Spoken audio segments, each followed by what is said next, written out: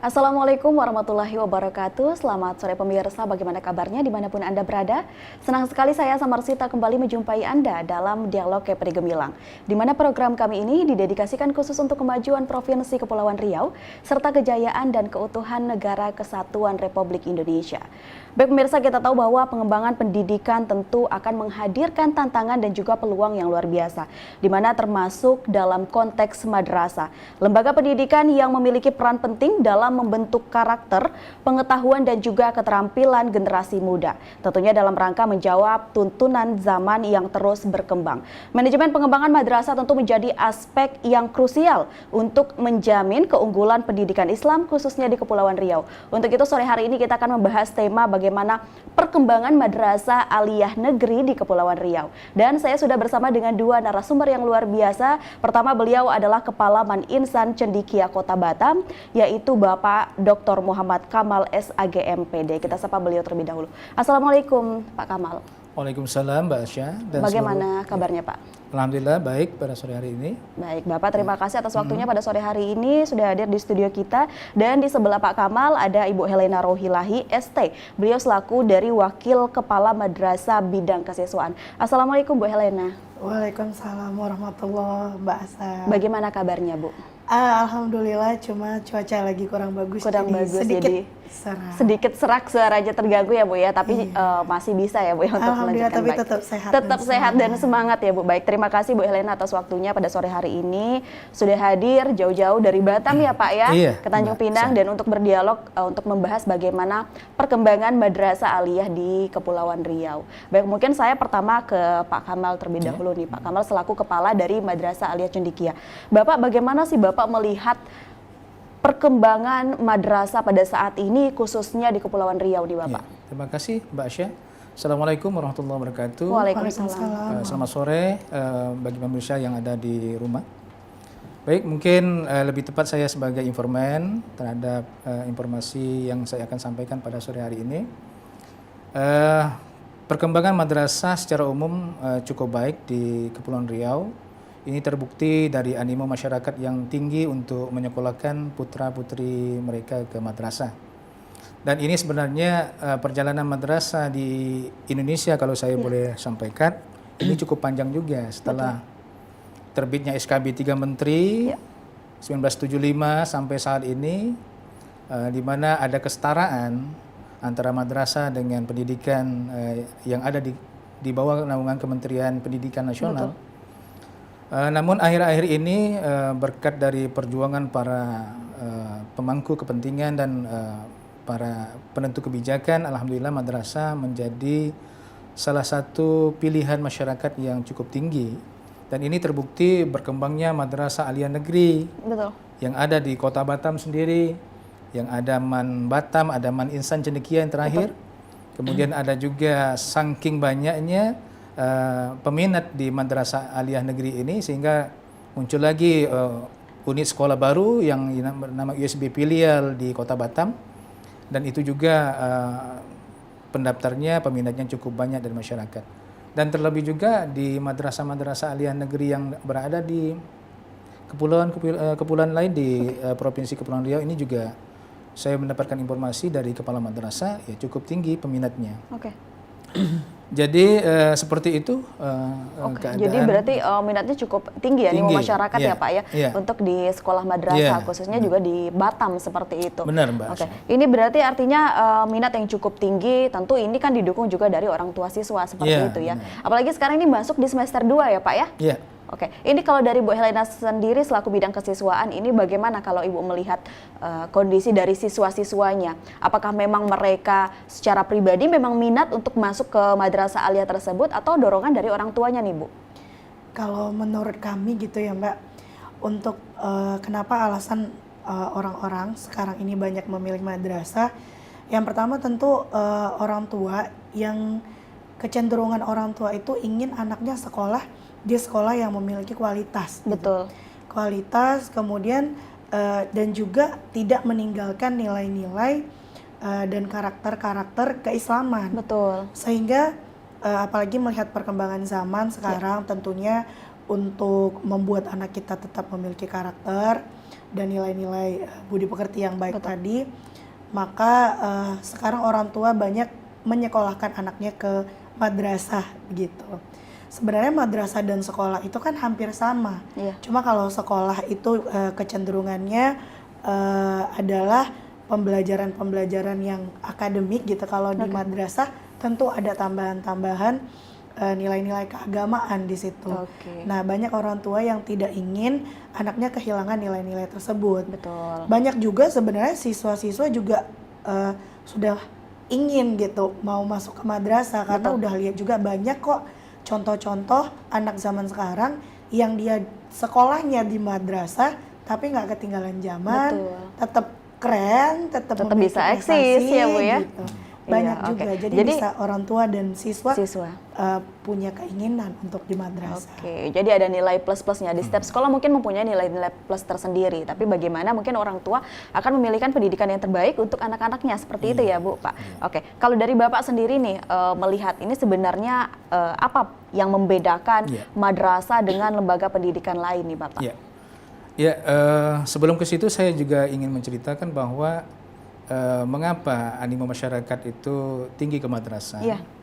Jadi pemerintah dalam hal ini Kementerian Agama sudah menerbitkan suatu semacam tipologi madrasah. Jadi ada 4 tipologi madrasah yang sebenarnya dibutuhkan oleh masyarakat yang selama ini masih di bawah Kementerian Pendidikan dan Kebudayaan. Yaitu yang pertama adalah madrasah reguler. Madrasah reguler itu adalah madrasah yang selayaknya madrasah atau SMA yang ada di Kementerian Pendidikan dan Kebudayaan. Kemudian yang kedua adalah madrasah aliyah program keagamaan. Itu madrasah yang memang di dalamnya adalah lebih menitik beratkan kepada mata pelajaran keagamaan. Jadi penguatannya orientasinya adalah diharapkan alumninya bisa mumpuni dan di bidang keagamaan. Kemudian yang ketiga adalah madrasah aliyah vokasi. Itu layaknya di Kementerian Pendidikan itu seperti SMK. Dan yang keempat, yang sekarang yang saya sebagai kepala madrasah yaitu madrasah aliyah Insan Cendekia. Insan Cendekia Kota Batam. Itu adalah tipologi madrasah akademik yang berorientasi kepada penguatan sains, kemudian kepada pengetahuan umum.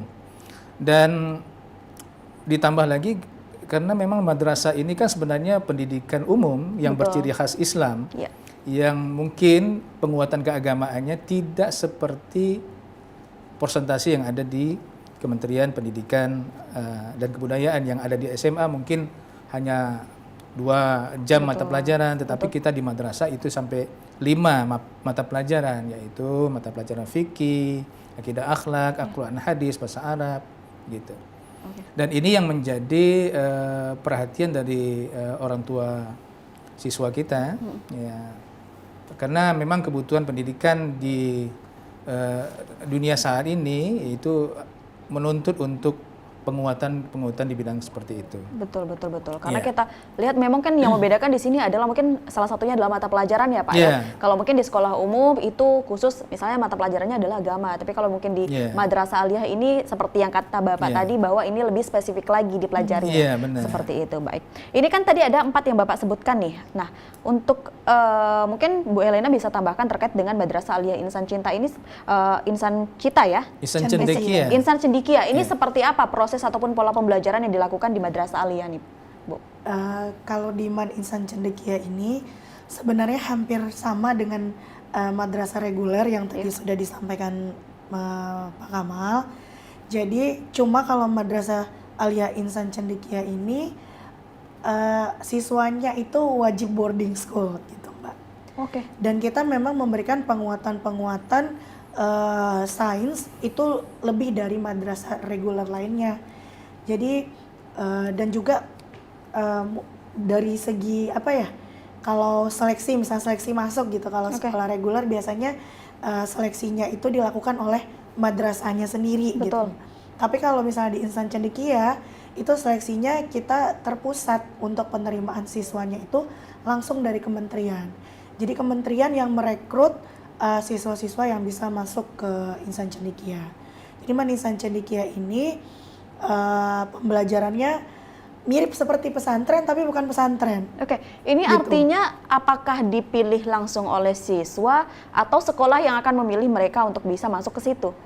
Kalau sekarang kebetulan ini lagi masa penerimaan siswa baru atau penyeleksian secara nasional. Oke. Jadi harus daftar dulu siswa-siswa yang kelas 9 SMP atau MTS harus daftar dulu. Kemudian daftarnya langsung ke pusat, ke Kementerian Agama. Oke. Kemudian nanti diseleksi. Nah, penyeleksiannya juga dari kementerian. Jadi kita yang dari Man Insan Cendekia hanya menerima siswa yang telah lolos seleksi. Begitu. Oke, ini nanti apa yang akan membedakan Ibu? Apakah ada mungkin sertifikat khususnya ataukah mereka yang biasa mengikuti olimpiade-olimpiade seperti itu? Ini apa yang membedakan dengan siswa lainnya seperti itu? Yang membedakannya yang pertama berarti input yang bisa berada di Man Insan Cendekia itu harus lolos seleksi. Oke. Itu yang pertama. Kemudian yang kedua pembelajarannya agak berbeda. Kalau kita karena tadi saya sampaikan mirip pesantren, kita udah mulai beraktivitas dari jam 4.30 pagi ya sebelum subuh. Kemudian kita belajar reguler jamnya itu dari jam 7 pagi sampai jam 4 sore. Iya. Habis itu ya kegiatan bersih-bersih diri gitu ya. Oke. Kemudian maghrib kita mulai aktivitas lagi, kemudian ikut kajian kitab kuning dan yang lainnya sampai Isya. Kemudian habis Isya kita belajar lagi sampai jam 9.30. Artinya pembelajaran kita itu jam belajarnya mirip pesantren, tapi bukan pesantren. Tapi kita statusnya madrasah gitu. Dan yang kita pelajari kebanyakan itu adalah sains gitu kalau di Man Insan Cendekia. Yang sepertinya adalah SMA gitu. Iya, betul. Dan kita memang punya fokus yang banyak di Insan Cendekia itu kita sangat memfasilitasi perkembangan atau minat dan bakat siswa gitu. Jadi kalau minatnya ke akademik kita fasilitasi, minatnya ke non akademik kita fasilitasi semuanya. Kayaknya gitu deh Mbak. Berarti ini juga tergantung dari siswanya ya. Tergantung Artinya di siswanya. sini sekolah juga akan memfasilitasi apapun minat dari siswanya seperti Iya, itu. benar. Karena memang sesuai dengan kurikulum pada saat sekarang ini itu kurikulum Merdeka Belajar ya Pak ya. Iya, benar. Oke, saya akan menyinggung masalah kurikulum nih terkait kurikulum yang ada di madrasah ini. Seperti apa kurikulum yang diterapkan di Madrasah Aliyah ini Pak? Insan Terus Cendekia. perbedaannya dengan pesantren ini apa Oke. sebenarnya Pak? Baik Mbak Asha, terima kasih. Saya sebelumnya agak sedikit flashback sedikit mengenai Man Insan Cendekia. Man Insan Cendekia itu sebenarnya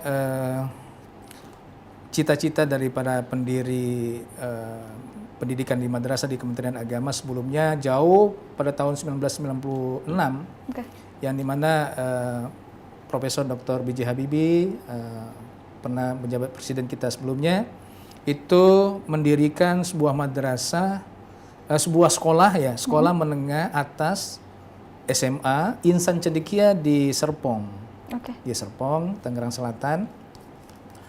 Kemudian sekolah ini sangat selektif sekali, kemudian gurunya sangat selektif sekali, kemudian sekolah ini juga mengeluarkan atau meluluskan siswa-siswa yang sangat berprestasi di nasional maupun internasional. Kemudian setahun setelah itu melihat perkembangan madrasah ini cukup baik, kemudian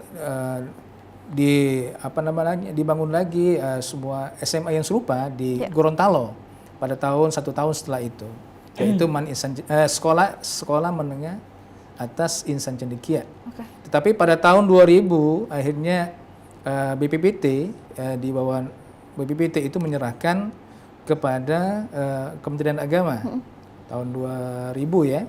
Kemudian pada tahun 2007 itu di Jambi juga semula Kementerian Agama melalui kantor wilayah Kementerian Agama Provinsi Jambi ingin membuat sebuah sekolah yang unggul.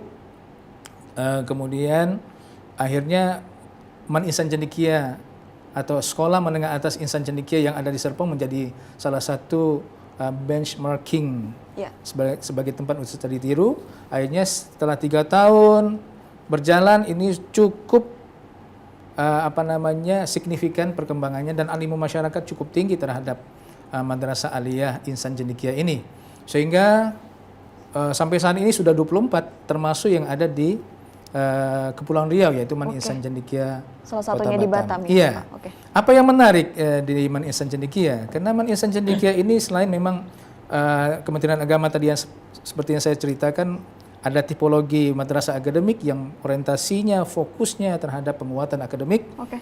Dan ini cukup kompetitif dengan SMA-SMA yang ada di Kementerian Pendidikan. Setiap kali perlombaan, setiap kali olimpiade selalu tampil menjadi number one. Luar biasa. Number one, baik itu mata pelajaran umum maupun mata pelajaran agama. Oke. Sehingga Man Insan Cendekia itu sangat diminati oleh masyarakat. Nah, terkait dengan kurikulum, Man Insan Cendekia itu tentu saja mengadopsi kurikulum nasional. Ya. Ya, kurikulum nasional mulai dari kurikulum 2013 yang saat ini masih di kelas terakhir ya Bu Helen ya. Kelas terakhir ya. Itu kemudian kurikulum Merdeka Ya. yang sekarang sedang digalakkan. Kemudian yang tiga, kita punya program distingsi yang berbeda yang cukup baik, yaitu integrasi program kurikulum Cambridge untuk 5 subjek mata pelajaran, yaitu matematika, fisika, kimia, biologi, dan bahasa Inggris sebagai pengantar. Kemudian kita juga mengadopsi, karena sekolahnya boarding seperti yang disampaikan oleh Miss Helen tadi, ya, kita mengadopsi kurikulum yang ada di pesantren, terutama pembelajaran setelah selesainya pembelajaran kurikuler. Karena pelajaran kurikuler itu dimulai jadi jam 6:30. Ya, 6:30 itu ya ada kegiatan pembiasaan, pembinaan karakter. Jam 7 kita mulai dengan yang akademik sampai jam 4:15. Setelah itu serah terima dari akademik ke bidang keasramaan. Nah, disitulah kegiatan-kegiatan yang dilaksanakan oleh bidang keasramaan. Di antaranya adalah pembelajaran kitab kuning, tahfizul Quran, kemudian syarhul Quran gitu ya. Kemudian ya muhadharah, semacam pelatihan-pelatihan berkhutbah gitu ya. Kemudian kegiatan ekstrakurikuler yang nuansanya nuansa pesantren semua. Dan yang terakhir kemarin Kementerian Menteri Agama sempat hadir meresmikan di Man Insan Cendekia Kota Batam, yaitu program unggulan Amsilati. Amsilati itu adalah sebuah program yang mengajarkan tentang metode pembelajaran kitab kuning. Kitab kuning itu adalah kitab bahasa Arab gundul yang tidak ada harokatnya, tetapi dengan metode-metode yang seperti itu. Dan ini juga dimasukkan di dalam program di bidang keasramaan. Kemudian yang di kurikulumnya ada Cambridge yang seperti yang saya sampaikan tadi. Dan ini mungkin tawaran-tawaran seperti inilah yang sebenarnya sebagai stimulus kepada masyarakat. Loh, madrasah loh begini loh. Apa yang diinginkan oleh masyarakat, Man Insan Cendekia salah satunya bersedia untuk melayani masyarakat dengan program-program unggulan ini. Karena di SMA kita ada apa yang diajarkan di SMA, di madrasah ada. Nah, cuman ya kita di SMA kan mungkin tidak boarding, tidak berasrama, sehingga alokasi waktu hanya tersedia sampai jam pembelajaran akademik. Tetapi di Man Insan Cendekia kita sampai malam hari. Jadi memang full kegiatan ya Pak ya. Dan banyak metode pembelajarannya seperti kata Bapak tadi, mungkin dari sekolah terus diserahkan ke asrama. Di bidang asrama tadi banyak juga kegiatan-kegiatan yang diikuti oleh siswa-siswa tersebut. Apalagi sedikit saya tambahkan, dinamika pendidikan global saat ini kan sebenarnya membutuhkan hard skill dan soft skill itu. Iya, betul sekali. Ya, hard skill apa ya? Pendidikan, pembelajaran yang biasa berlangsung di madrasah, dan terutama adalah soft skill-nya. Jadi, bagaimana menghadapi perkembangan zaman abad 21 ini yang bermacam-macam tantangan yang harus dihadapi oleh peserta didik pada saat mereka keluar dari madrasah. Betul, jadi semuanya sudah ada ya, bekalnya di sana juga sudah ada di madrasah.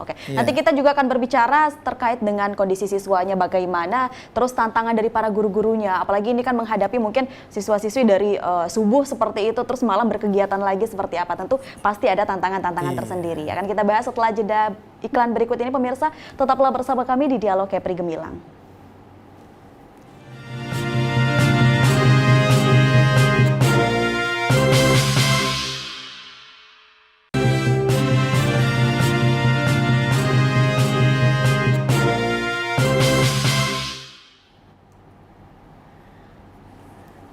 Terima kasih pemirsa, Anda masih bersama kami di Dialog Kepri Gemilang dan tentunya saya masih bersama dengan Pak Kamal dan juga Bu Helen membahas terkait bagaimana perkembangan madrasah di Kepulauan Riau. Tadi juga sudah dijelaskan ya Pak ya bahwa memang secara umum mungkin sama, tapi di sini ada spesifik yang diajarkan di Madrasah Aliyah Negeri seperti itu.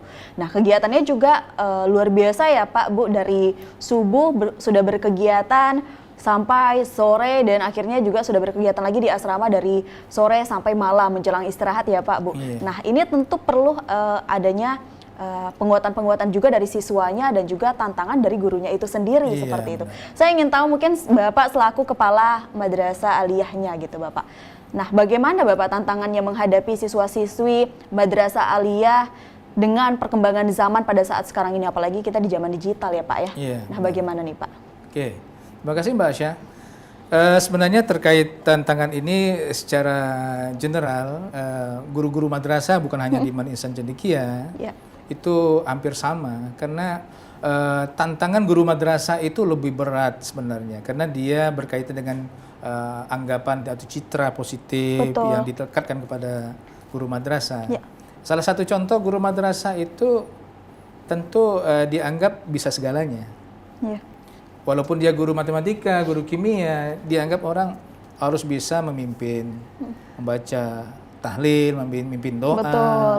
Padahal kan kita tidak tahu guru-guru madrasah itu mungkin ada yang latar belakangnya dari pendidikan umum. Tetapi disitulah uniknya madrasah. Ya, madrasah itu harus bisa segalanya. Dan terutama tentang guru yang harus menampilkan role model sebagai contoh tauladan kepada anak-anak yang ada di madrasah. Terutama madrasah-madrasah yang menerapkan sistem boarding. Nah, itu apalagi di Man Ihsan Cendekia ini kan pada waktu tertentu itu tidak boleh menggunakan laptop. Tidak boleh membawa HP. Nah, ini kan juga termasuk bagian dari tantangan itu. Bagaimana memberikan penjelasan kepada siswa dan kepada orang tua. Kita tidak tahu orang tua di rumah kan, wah anak kami titipkan di madrasah, di asrama kami tidak bisa berkomunikasi. Gitu kangen ya. gitu ya Pak ya. Itu juga merupakan tantangan yang memang harus kami berikan penjelasan yang komprehensif kepada orang tua. Nah seperti itulah, karena kita tidak anti mainstream, tidak anti terhadap perkembangan teknologi. Teknologi itu bagian yang paling penting di dalam pendidikan, terutama di madrasah. Tetapi perlu kita atur penggunaan alat-alat seperti itu. Kemudian sebagai kepala madrasah, apalagi di Man Ihsan Cendekia, yang notabene memang semua inputnya, intake siswanya harus diseleksi secara nasional. Kemudian guru juga diseleksi secara nasional, kepala madrasah juga diseleksi secara nasional, tentu memikul tanggung jawab yang sangat besar. Harus menampilkan performa yang diharapkan untuk mengawal Man Ihsan Cendekia ini seperti cita-cita yang diinginkan oleh pemangku kebijakan. Iya betul. Jadi ada tantangan tersendiri ya dihadapi para guru, dan juga bagaimana guru-guru di Ihsan Cendekia ini menjelaskan kepada orang tua bahwa aturan-aturan ini juga ada manfaatnya untuk para siswa seperti itu. Satu lagi yang dilekankan kepada guru madrasah itu ya, guru madrasah tidak boleh salah. Nah, itu dalam tanda petik. Karena satu kali membuat kesalahan itu seakan-akan satu musim itu salah semua. Nah, itu memang, jadi harus terlihat sempurna. Iya, itu yang terjadi. Memang itu tidak bisa kita penilaian masyarakat seperti itu. Betul. Itu juga tantangan. Iya, itu juga tantangan ya Pak ya, karena ya seperti kata Bapak tadi bahwa setiap guru-guru yang ada di madrasah tentu akan menjadi role model bagi siswa-siswanya. Kemudian terhadap dinamika perkembangan teknologi yang sekarang sangat cepat, yang luar biasa. Mungkin dulu orang berbicara tentang 4.0, saat ini sudah memasuki 5.0. Sekarang generasi gurunya itu pada generasi mungkin yang paling muda itu generasi milenial, padahal anak-anak kita lahir di generasi Z. Betul. Mereka lahir dalam generasi yang sudah teknologi informasi, sudah cyber, sudah internet. Yang guru-gurunya harus bisa mengupgrade, harus mengikuti perkembangan ya Pak ya dari para siswanya. Kita ketinggalan kemampuan dengan siswa-siswa kita. Jadi guru-guru harus berupaya untuk mengupgrade diri. Sekarang sedang maraknya artificial intelligence, Iya, AI. betul sekali. Apa yang yang apa namanya, kalau guru-gurunya tidak paham dengan apa itu AI, bagaimana cara, sehingga kita bisa selangkah lebih mundur daripada siswa kita. Oh iya, Setiap pertanyaan, setiap soal Betul, mereka betul. gampang aja cari di AI itu. Betul, jadi harus ada pantauan dari guru-gurunya ya Benar, Pak, seperti itu. Baik, ini selain dari tantangan dari gurunya, tentu kita juga bisa melihat kondisi dari siswa-siswanya. Tentu kan banyak nih aturan-aturan yang ditetapkan oleh Madrasah Aliyah ya Ibu selaku bidang kesiswaan Ibu. Bagaimana Ibu melihat kondisi dari siswa-siswanya dengan mengikuti pola pembelajaran yang ada di Madrasah Aliyah, terus aturan-aturan ditetapkan oleh Madrasah Aliyah, ini bagaimana dari siswa-siswanya?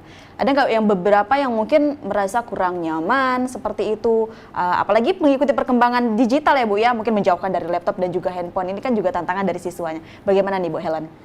Kalau dari kita ya Mbak, kalau saya sebelum ke Insan Cendekia, kalau kita cerita ke madrasah pada umumnya, pasti agak sedikit berbeda, atau mungkin jauh berbeda dengan Insan Cendekia. Ya. Kalau madrasah reguler itu tentu siswanya sedikit berbeda dengan IC, jadi anak-anaknya pasti sulit bagi gurunya mungkin untuk mengarahkan gitu, Betul. karena kita tahu latar belakang siswa ada yang punya kemauan belajar yang tinggi, Betul. ada yang kurang gitu. Tapi karena kebetulan kami lamanya di Insan Cendekia, yang bisa kami ceritakan pada momen ini adalah di Insan Cendekia gitu ya Mbak. Baik.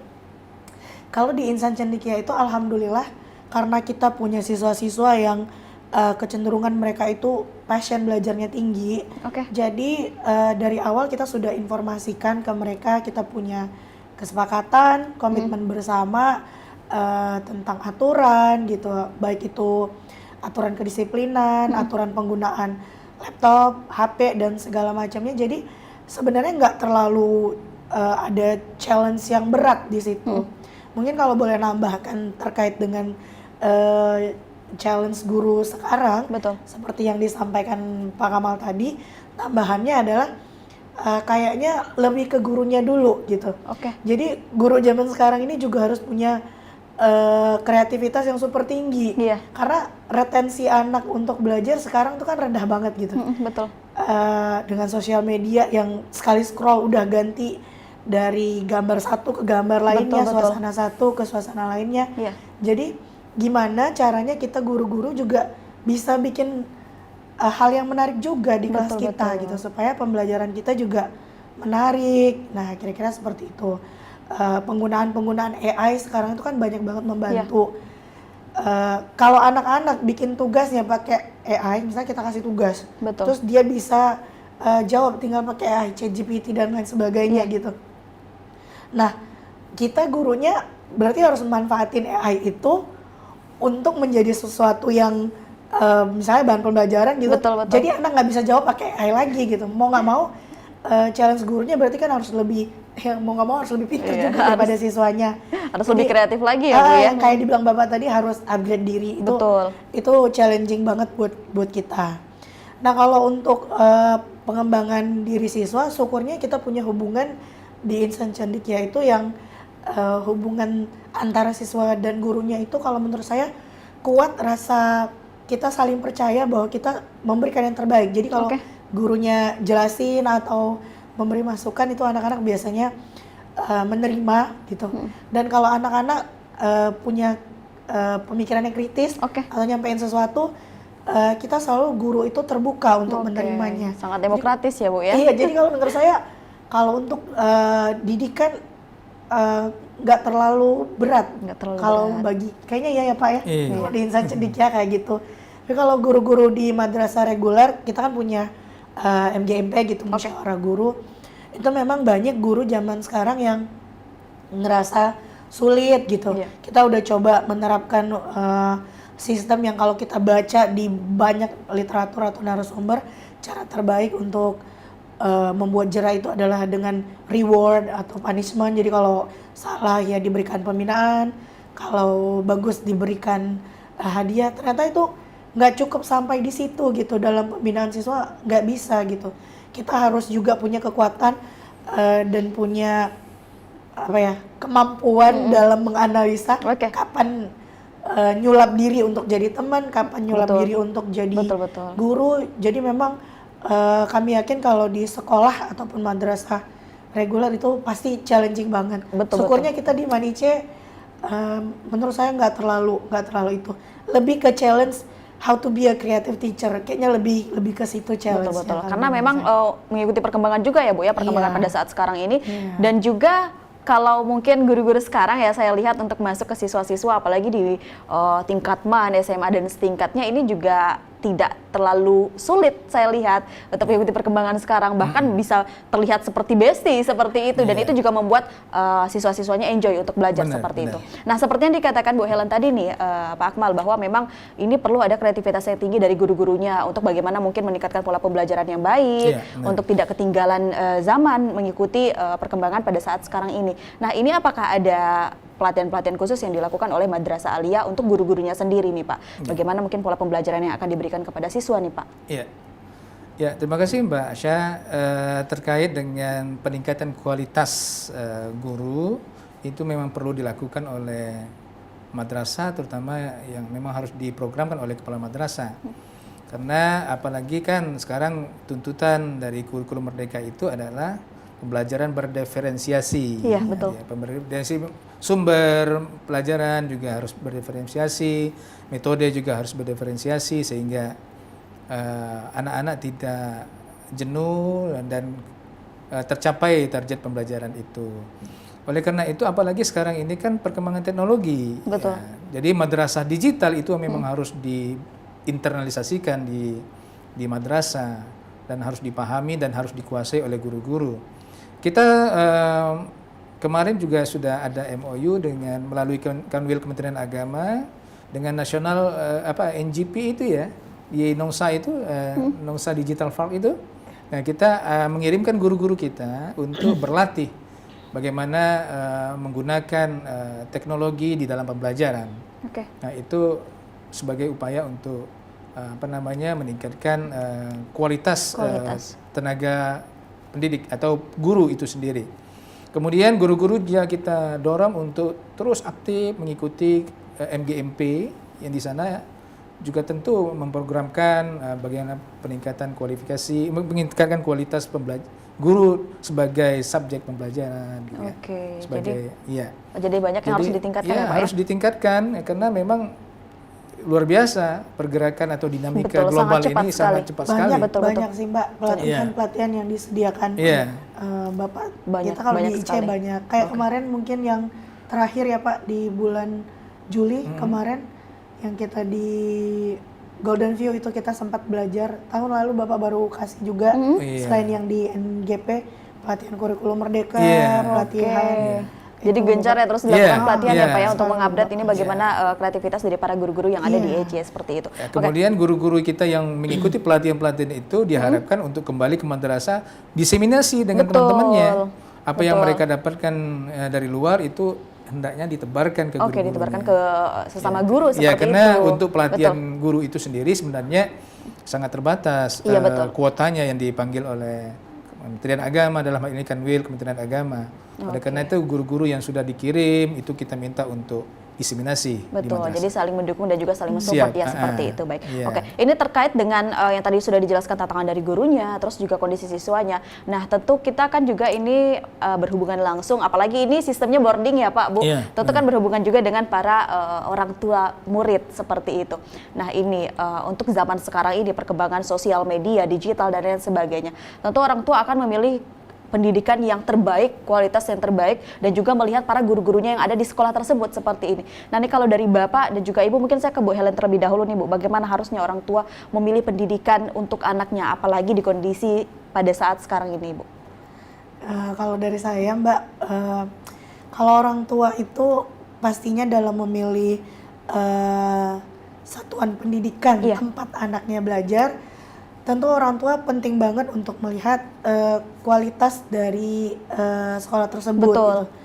Misalnya kalau kualitas itu banyak ya Mbak faktor-faktornya, apakah terakreditasi atau kualifikasi guru dan lain sebagainya, atau pencapaian apa yang sekolah tersebut sudah lakukan gitu misalnya kan. Tapi selain dari kualitas guru tersebut juga sebaiknya orang tua juga paham tentang kurikulum tempat nanti sekolah anaknya gitu. Jadi maksudnya jangan sampai orang tua salah menempatkan anaknya.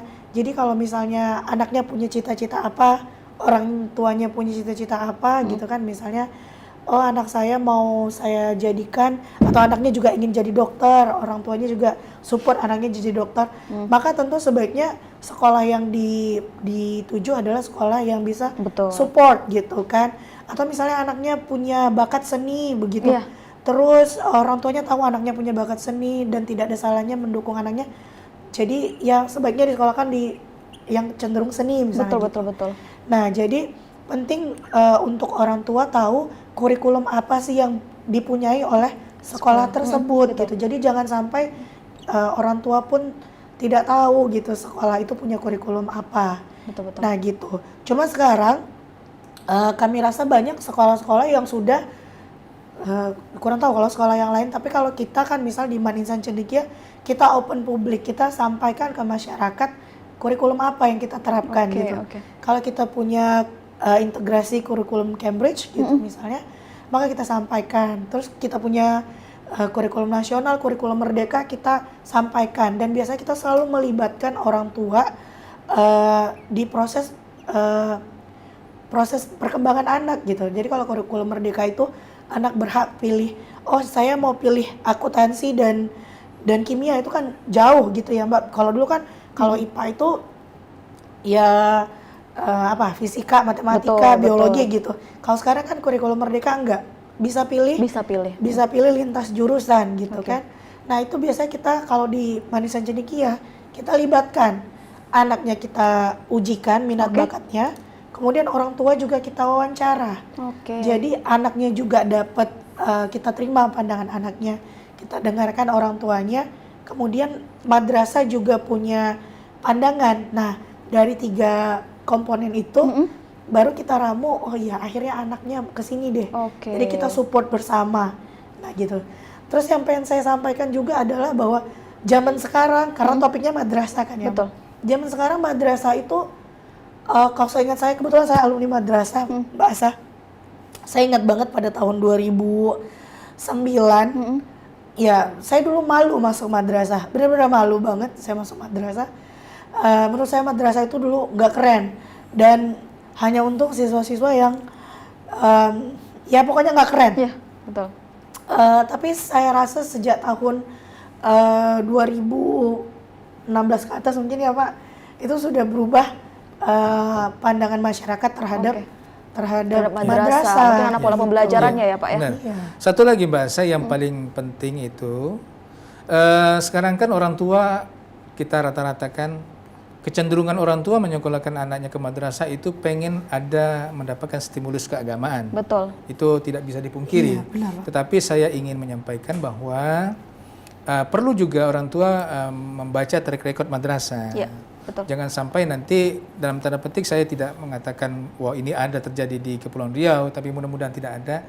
Carilah madrasah yang menerapkan pendidikan agamanya itu yang menerapkan moderasi beragama. Iya. Jangan sampai nanti siswa kita kirimkan ke madrasah sehingga apalagi kan luasnya sumber informasi melalui media sosial dan digital itu di madrasah dimanfaatkan untuk mengeksplorasi konten-konten yang tidak bermuatan moderasi beragama, sehingga anak-anak menjadi sangat fanatik sekali sehingga tidak berpandangan toleran, tidak intoleran. Itu jangan sampai terjadi seperti itu. Jadi penguatan moderasi agama juga sangat penting saya rasa dilihat, dicermati oleh para orang tua yang ingin menyekolahkan anaknya di madrasah. Di Maninsan Cendekia insya Allah moderasi beragama ini selalu kita gaungkan, selalu kita sampaikan kepada guru-guru agar ini paling penting sekali. Percuma kalau anak-anak belajar agama sehingga nanti akhirnya keluar menjadi anak-anak yang introvert, menjadi anak yang benci terhadap sesuatu yang berbeda. Itu mungkin sedikit pemahaman orang dulu ya Pak ya seperti itu. Tapi kan perkembangan zaman sekarang, teknologi dan juga pola pembelajaran yang ada juga tidak seperti itu, mengikuti perkembangan zaman sekarang.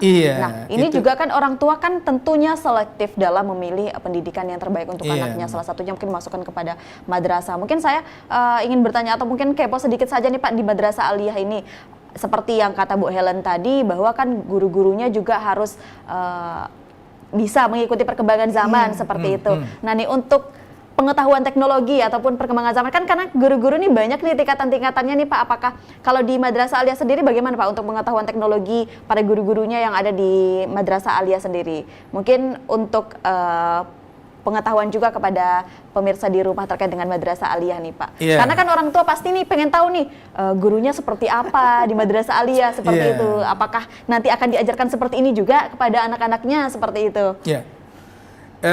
Itu menjadi perjanjian kerja saya dengan pimpinan saya, bahwa guru-guru harus menguasai teknologi dalam pembelajaran. Betul. Tidak ada lagi ada guru yang gaptek. Nah, itu penting sekali. Maka di dalam penilaian kinerja itu, penilaian itu menjadi poin yang sangat penting yang saya tekankan kepada guru-guru. Jangan sampai yang tadi saya katakan, anak-anak lebih pintar daripada gurunya, anak-anak lebih tahu dulu informasi daripada gurunya, apalagi sekarang kan sumber informasi itu terbuka. Betul. Kita melihat dari pelosok dunia manapun kita bisa lihat melalui genggaman tangan. Nah, tapi kalau gurunya tidak aktif, tidak berusaha untuk mengupgrade diri, maka itu akan sangat fatal bagi perkembangan pendidikan di madrasah, khususnya Ihsan Cendekia. Artinya guru-guru sekarang di kelas kita sudah siapkan sarana prasarananya, ada smart TV, ada media-media lainnya yang bisa digunakan untuk pemanfaatan teknologi yang disusun oleh guru-gurunya untuk menyampaikan kepada siswa. Itu sudah kita upayakan, dan alhamdulillah ya saat ini berjalan dengan baik. Dan saya rasa guru-guru juga tidak hanya melulu membuat PowerPoint, tapi membuat video pembelajaran, membuat semacam konten ya Pak, konten kreasi itu yang ya kita harus bisa membaca keinginan siswa. Betul. Keinginan generasi Z ini tidak lagi melulu dengan apa yang tertulis. Betul. Tetapi mereka sukanya apa? Ya suka menonton, kita sediakan video pembelajaran. Betul. Mereka suka bermain, kita buat pola bermain yang menggunakan teknologi, membuat game, itu yang bisa memberikan stimulus kepada siswa, semangat belajar pada siswa. Gitu, jadi banyak kreasinya ya Pak ya. Harus itu. Harus iya. Karena memang itulah yang harus diikuti dengan perkembangan zaman pada saat sekarang ini ya Pak. Baik, ini mungkin saya terakhir ke Bu Helen nih. Bu Helen selaku Kepala Bidang Kesiswaan, Wakil Kepala Bidang Kesiswaan nih Ibu. Apa pesan dan juga harapan Ibu selaku juga sebagai guru dan juga kepada murid-murid yang mungkin tengah menonton dan seluruh murid-murid yang ada di Kepulauan Riau khususnya nih, apa yang ingin Ibu sampaikan? Yang jelas seperti yang kami sampaikan tadi, karena topik kita madrasah, bahwa sekarang madrasah udah jauh banget berbeda. Bisa dibuktikan dengan kalau sekarang itu biasanya kalau kita di sekolah atau di madrasah yang jadi tolak ukur kita, apakah sekolah ini masuk kriteria sebagai sekolah favorit gitu ya Mbak, sekolah favorit. Itu bisa dilihat posisi sekolahnya itu di Indonesia itu nomor berapa sih, nah gitu. Jadi alhamdulillah ternyata sekarang madrasah itu menduduki posisi nomor 1 gitu, mengalahkan SMA ya Pak ya. Jadi madrasah, walaupun itu Madrasah Aliyah Negeri Ihsan Cendekia Serpong yang paling tinggi nomor 1 gitu di Indonesia, kemudian di bawahnya madrasah-madrasah lainnya yang nggak kalah, berarti bisa terlihat bahwa madrasah itu sekarang adalah favorit gitu. Nah jadi pesan saya ke anak-anak, kalau misalnya zaman sekarang tidak bisa kita andalkan juga cuma anaknya aja yang pilih sekolahnya gitu kan. Jadi anak dan orang tua tentu sama-sama memilih sekolah tersebut. Jadi jangan takut untuk sekolah di madrasah, karena sekolah di madrasah itu menyenangkan gitu. Kalau pengen lihat banyak kok anak-anak madrasah itu yang sekolah nanti kuliahnya itu di perguruan tinggi negeri favorit, kayak di mana, di ITB, UI, UGM itu. Kalau di Ihsan Cendekia sendiri itu banyak alumninya di situ. Bahkan sampai ke luar negeri gitu kita punya alumni. Jadi sebenarnya anak madrasah itu nggak kalah saing. Dia tuh kalau menurut saya sekarang, saya begitu bangganya menjadi alumni madrasah gitu. Jadi kalau dulu saya yang suka malu jadi siswa madrasah, kok sekarang saya mengajak ayo masuk madrasah gitu, Karena madrasah seseru tuh itu ya Bu ya. keren, Karena gitu. seseru itu, Ya, karena juga mungkin banyak yang pelajaran. dulu- Ya tambah bisa mungkin Iya. sedikit Bapak tambahannya. Mungkin yang dulu madrasah itu menjadi pilihan kedua, ketiga, keempat dan seterusnya. Sekarang kan ternyata fenomena terkini bahwa madrasah menjadi pilihan number one. Iya. Tidak bermaksud kita membuat sebuah dikotomi antara pendidikan yang berada di Kementerian Agama maupun kemudian pendidikan yang ada di Kementerian Pendidikan Nasional, Pendidikan Kebudayaan. Kita sebenarnya kan mitra. Iya. Artinya tapi kompetisi yang kita maksud adalah ayo kita dorong kepada siswa, kepada orang tua untuk menyekolahkan siswanya. Bisa kalau ingin cenderungnya ke pendidikan umum yang ya silakan ke SMA, kemudian ke madrasah yang punya nilai tambah, pendidikan agama juga bisa begitu. Gitu, Mbak. Oke, Iya. ya, karena memang harus dilihat, karena seperti yang kata Bu Helen tadi bahwa memang sekolah di madrasah juga begitu asyik ya Bu ya. Iya. Apalagi menyenangkan Dan satu hal lagi, kegiatannya. mohon maaf Mbak Asya, Man Insan Cendekia yang Iya. mewakili madrasah ya di seluruh Indonesia, dalam hal ini Kepulauan Riau itu pada posisi ranking 4 nasional. Ranking 4 nasional Ya, luar biasa. versi LTMPT ya. Oke. Nomor 1 itu Madrasah Aliyah Insan Cendekia Serpong yang tadi yang saya sampaikan. Kemudian yang kedua itu juga Madrasah Man Insan Cendekia Pekalongan, itu nomor kedua. Nomor 3-nya Man 2 Kota Malang. Oke.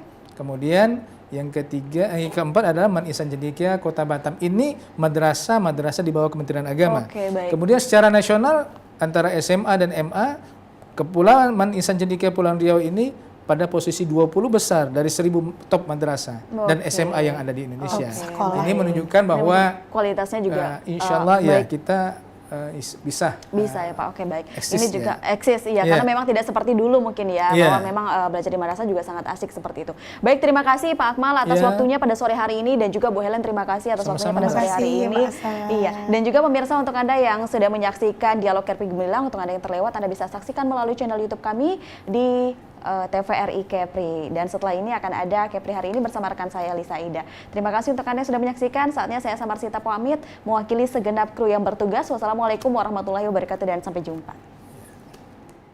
Sekali lagi terima kasih. Ya, terima kasih Mbak Asa.